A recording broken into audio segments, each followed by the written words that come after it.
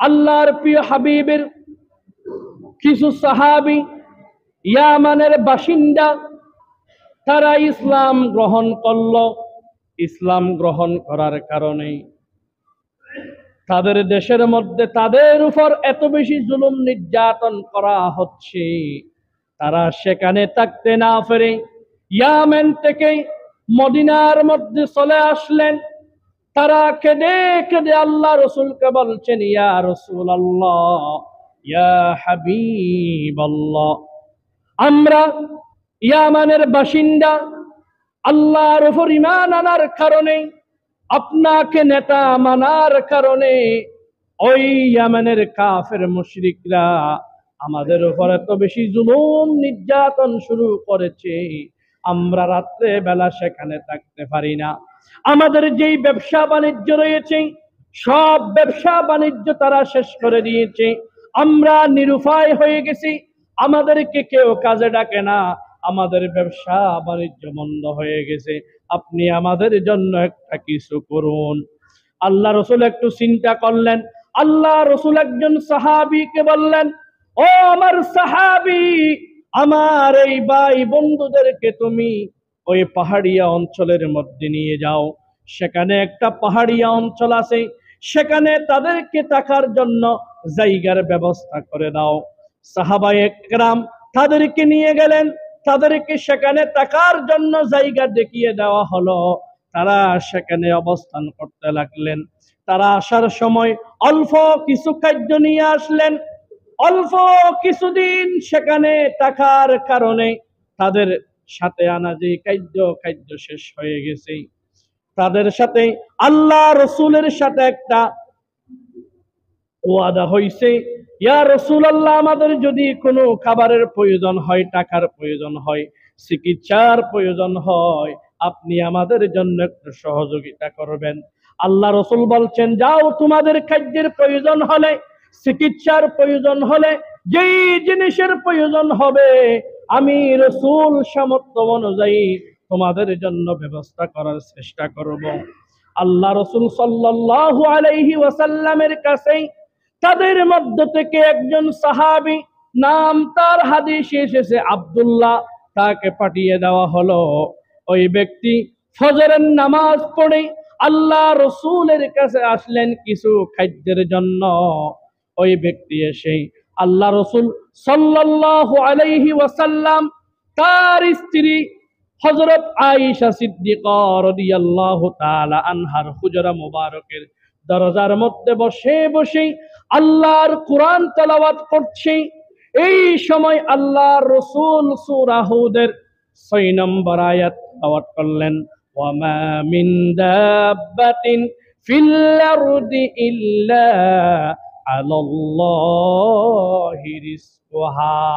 আসমান এবং জমিনে আল্লাহর যত সৃষ্টি আছে প্রত্যেকটি সৃষ্টির রিজিকের দায়িত্ব গ্রহণ করেছেন কে?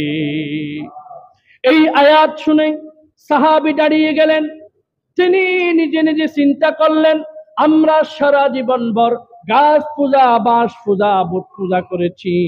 আমরা মনে করতাম কাজ করলে, কাজ যদি হয় রিজিকের ব্যবস্থা হবে, অন্যথায় রিজিক পাওয়ার কোনো সুযোগ নেই। আল্লাহর কোরআনের এই আয়াত যখন সে শুনলেন, সাথে সাথে তিনি বুঝতে পারলেন রিজিকের দায়িত্ব মুহাম্মদের হাতে নয়, রিজিকের দায়িত্ব একমাত্র আল্লাহর হাতে। তখন তিনি আল্লাহ রসুলের কোরআন শুনে তিনি আল্লাহ রসুলের কাছে সাহায্য না আছে, তিনি চলে গেলেন কাফেলার মধ্যে। তখন সেখানে গিয়ে বলছে, আমি রসুলের সাথে সাক্ষাৎ করেছি, আল্লাহ রসুলকে বলেছি, ইয়া রাসূলুল্লাহ, ইয়া হাবিবাল্লাহ, আমরা ইয়ামান থেকে অল্প কিছু খাদ্য নিয়ে কাফের জুলুমের শিকার হয়ে এই মদিনার মধ্যে চলে এসেছি। আমাদের খাদ্য যা ছিল তা শেষ হয়ে গেছে, অল্প খাদ্য আমাদের ছিল, এইগুলাও কালকে শেষ হয়ে গেছে, এখন আমাদের খাদ্যের কোনো ব্যবস্থা নেই, আপনি যদি পারেন আমাদের জন্য অল্প খাদ্যের ব্যবস্থা করেন। ওই ব্যক্তি তাদের নেতাদেরকে এই কথা বলে তাদেরকে সান্ত্বনা দিলেন। দিন চলে যাচ্ছে, সকাল থেকে দিন, দুপুর, আসর, এইভাবে মাগরিব যেতে যেতে রাত। এশার চলে গেল। তাদের নেতা তাকে ডেকে বললেন, ও মুহাম্মদ, ও আব্দুল্লাহ, তুমি যে মুহাম্মদের কাছে খাবারের জন্য গেলা, খাবারের কোনো দেখা নাই। তখন সে বলছে, হয়তো এখনো ব্যবস্থা করতে পারে নাই, অল্প কিছুক্ষণের মতোর ভিতর হয়তো খাবারের ব্যবস্থা হয়ে যাবে। তাদেরকে তিনি সান্ত্বনা দিচ্ছেন। যখন রাত 10টা বেজে গেছে, ওই আব্দুল্লাহ চিন্তায় পড়ে গেলেন। আমি বলছি খাদ্য আসবে, কিন্তু খাদ্যের কোনো দেখা নাই। রাত যখন গভীর হয়ে গেল, 12টা পার হয়ে গেল, দুইজন ব্যক্তিকে দেখা যাচ্ছে ধবধবে সাদা জুব্বা পরিহিত, দুইটি বড় বড় ডেকসি নিয়ে তারা আল্লাহর আসমান থেকে নেমে আসতেছে। তারা এসে বলছে, ইয়া সাইয়্যিদি, এই কাফেলার ভিতর যিনি নেতা, যিনি সরদার, তাআল ইলাইয়া, তুমি আমাদের এদিকে আসো। এখানে কতজন তোমাদের সঙ্গী সাথী আছে গনে দেখো, এখান থেকে সবাইকে খাবার তুমি পরিবেশন করো। তিনি গনে সবার জন্য খাবারের গ্রহণ করার জন্য ফিয়ালার ব্যবস্থা করলেন। সবাইকে ডেকসি থেকে মাংস দেওয়া হলো, সবাইকে রুটি দেওয়া হলো, সবাই খাওয়ার শুরু করলেন। এক পর্যায়ে সবাই খাবার শেষ করলেন, আরো খাবার বেশি গেছে। তখন তিনি বলছেন, সৈয়দি, তাদের নেতা বললেন, সরদার বললেন, ও আগন্তুকেরা, আমাদের খাবার খাওয়া শেষ হয়ে গেছে, আমাদের আর খাদ্যের প্রয়োজন নেই, এই খাবার তোমরা নিয়ে যাও। তারা বলছে, এই খাদ্য আমরা নেব না, এই খাদ্য তোমরা রেখে দাও, এইগুলা সকালবেলা তোমরা গরম দিয়ে সবাই মিলে খেয়ে ফেলবা। যখন সকাল হয়ে গেল, ওই মুহাম্মদ আব্দুল্লাহকে বললে, ও আব্দুল্লাহ, তুমি যে মুহাম্মদের কাছ থেকে আমাদের জন্য খাদ্যের ব্যবস্থা করেছিলা, আমরা আর খাদ্য খাবো না, আমরা আজ থেকে কাজে চলে যাব, এখান থেকে আমরা ইনকাম করে খাদ্য কিনে আনবো, এই অবশিষ্ট খাদ্য মুহাম্মদের কাছে পাঠিয়ে দাও। দুইজন ব্যক্তি ওই ডেকসি দুইটা নিয়ে রাসূলুল্লাহর কাছে চলে গেলেন। রাসূলুল্লাহ তাদেরকে দেখে বলছেন, হয়তো আমার কাছে দুইজন মেহমান খাদ্য নিয়ে আসতেছে, আমার জন্য হাদিয়া নিয়ে আসতেছে। তারা যখন রাসূলুল্লাহর কাছে পৌঁছলেন, রাসূলুল্লাহর কাছে গিয়ে বললেন, আসসালামু আলাইকা ইয়া রাসূলুল্লাহ, আসসালামু আলাইকা ইয়া হাবিবাল্লাহ। আল্লাহ রসুলকে সালাম দিলেন, আল্লাহ রসুল সালামের উত্তর দিলেন। আল্লাহ রসুল তাদেরকে বললেন, মা হাজা, এইগুলো কি? তারা বললে, হাজা লাহাম ওয়া হাজা রুবস, এইগুলা কিছু মাংস আর কিছু রুটি। তখন আল্লাহ রসুল বলছেন, এইগুলা কোথায় থেকে খেয়ে পাঠিয়েছে? তখন তারা বলছে, ইয়া রাসূলুল্লাহ, ইয়া হাবিবাল্লাহ, আপনার কি মনে নেই আপনি আমাদের জন্য কাল রাতে এই খাবারের ব্যবস্থা করেছিলেন?